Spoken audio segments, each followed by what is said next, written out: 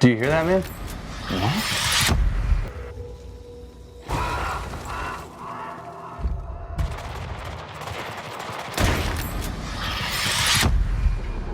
All right, Scott, so we got hands-on with Hunt Showdown, this new kind of smaller scale Battle Royale multiplayer game.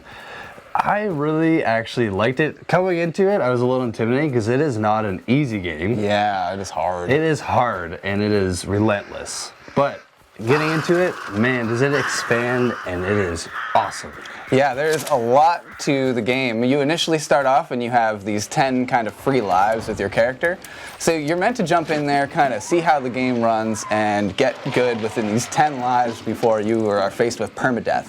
Now this game is kind of like a PvP, PvE mix-up where you hunt all these creatures, and there's 2 in the map each time you start in, and you can find these clues, follow a path, eventually find the monster. You have to kill it, collect it, and escape with it before other enemies take you out. And that's really where the difficulty comes. And there's a lot to be said about the later game because you get better guns and you get better abilities to fight back against the other players.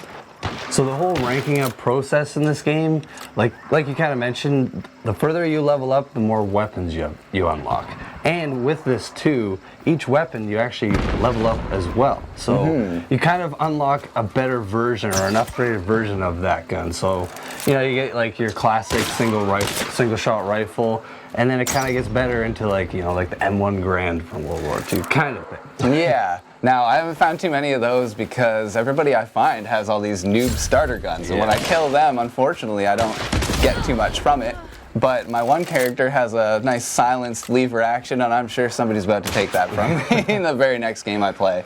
I thought the devices that you can use around the map are really cool. The fact that you kind of get a loadout, but it's really basic. And then the throwing of the fire lamps and all the different traps laying on the ground. Bear traps? Yeah. Oh, man, I fell into one of those a couple times. Yeah, when you're not expecting it and you come into that room, you thinking you're the first person to that berserker or that butcher. That's happened to me already, where I walk in and there's a bear trap on the ground and it gets me immediately. I'm just in somebody else's boss fight and I get slammed right off the start. And honestly, one of my favorite things about this game is that it doesn't just limit you to like just doing one thing when you play it. If you kind of want to just do your own thing, and maybe level up or grind your character just by killing mooks and collecting a few clues and then just leaving, you can leave, you can leave by going to the extraction zone at any point, which is really cool. It kind of adds like this extra flavor. Or if you're, you know, cold-hearted and you just want to do PvP, then you kind of just wait for people to collect the clues and then start, you know, killing the thing. Yeah. So it's really, it's cool. If you want to be the PvE guy, you just want to clear the map, you can do that and get a better character out of it and come back maybe when you're ready for that PvP moment. Now, the thing that kind of separates this one from Vigor that I found that really knocks it is that there's not too much other than your character that you're leveling up. There's no safe house to kind of grow. There's no, other than the equipment list, there's no, you can kind of stockpile up some weapons, so there is that, but it's not nearly as detailed as the crafting in that game was, and I would have liked to see something like that from this game because that would bring a lot more replayability into it. I find I get stalled out when my character just drops dead, and that's just the thing. This entire game is built off recruiting different characters, and then if they die, that's it. Like you mentioned earlier, permadeath.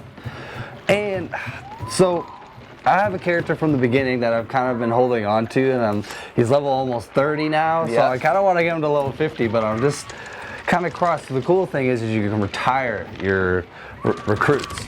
So it's kind of a nice little added feature if, you know, you've really worked hard and you're like, I'm gonna rest this guy. Or you can save them, hire a new recruit like I did, and take your new recruit out after you run out of these grace lives that they give you at the start.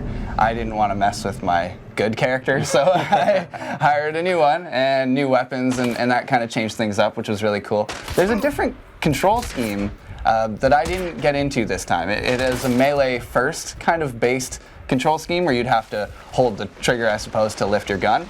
and aim kind of Resident Evil style. I opted out of that. I went straight for the shooter aspect. Oh, I didn't play that way. Oh, okay. So I went for that Resident Evil feel. Oh, okay. Yeah. So yeah, mine was very shooter oriented. Okay.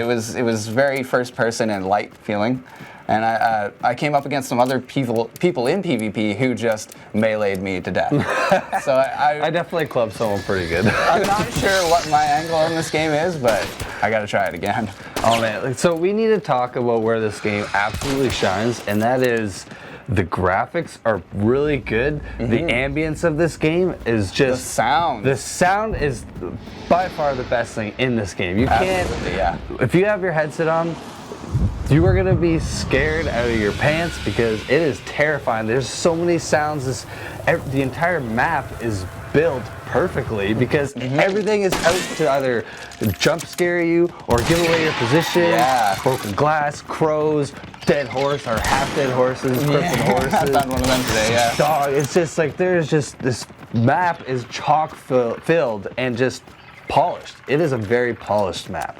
This map is so big, and they choose a different place for the monster each time, and it could be a different kind of monster that appears in different areas and whatever. So this map is definitely very replayable. And going back to the audio, there's what they call binaural audio, where the microphones are spaced about the distance of your ears, so you get actual sound depth. If there's somebody running away from you, you can hear every step. If there's a monster on the other side of a wall, you can hear them kind of stomping around. And oh man. when you crack through those bushes and it gives your position away, I don't know how many times I was chasing crows thinking there was somebody there, and maybe they were, maybe they weren't, but the fact that the map betrays you, that was really cool. Yeah. It's more about you versus the entire map than it is anything kind of specific. PvP is almost like it's almost a small part of this game because you're constantly fighting everything off already.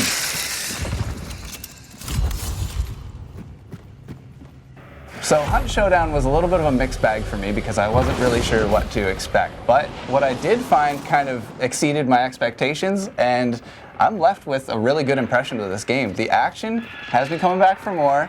That audio is so good, and it looks good enough that this game is going to age pretty well in the next couple of years. So I have to give this one a 7.5 out of 10. Nice, man. So I'm pretty much spot on with all those points. I'm not really so much mixed bag as much as I'm actually pretty pumped about this game. There's a lot of replayability if you have like one or two friends that you're kind of looking for this Battle Royale, maybe multiplayer game. I highly suggest it because there's a lot to this. So I'm gonna give this an 8. Hunt Showdown brings a unique twist to the Battle Royale multiplayer family. Bringing stunning audio and visuals, the map is built perfectly, complementing this highly stressful game. Subscribe to never miss a video, and help us by hitting that like button.